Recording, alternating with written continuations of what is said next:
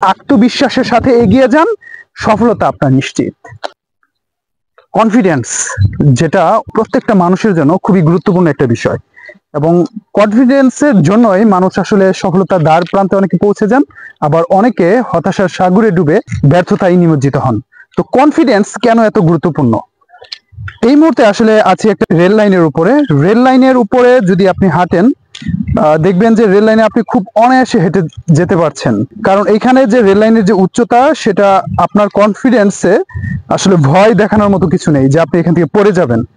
But আপনি একইভাবে যখন একটা উঁচু তলা বা বহুতল ভবন বা রেল লাইনের ব্রিজের উপর গিয়ে এই লাইনের উপর হাঁটতে যাবেন, তখন মনের ভিতর আপনার একটা ভয় ঢুকে যাবে, আমি পড়ে যাব কিনা, ব্যালেন্স রাখতে পারবো কিনা।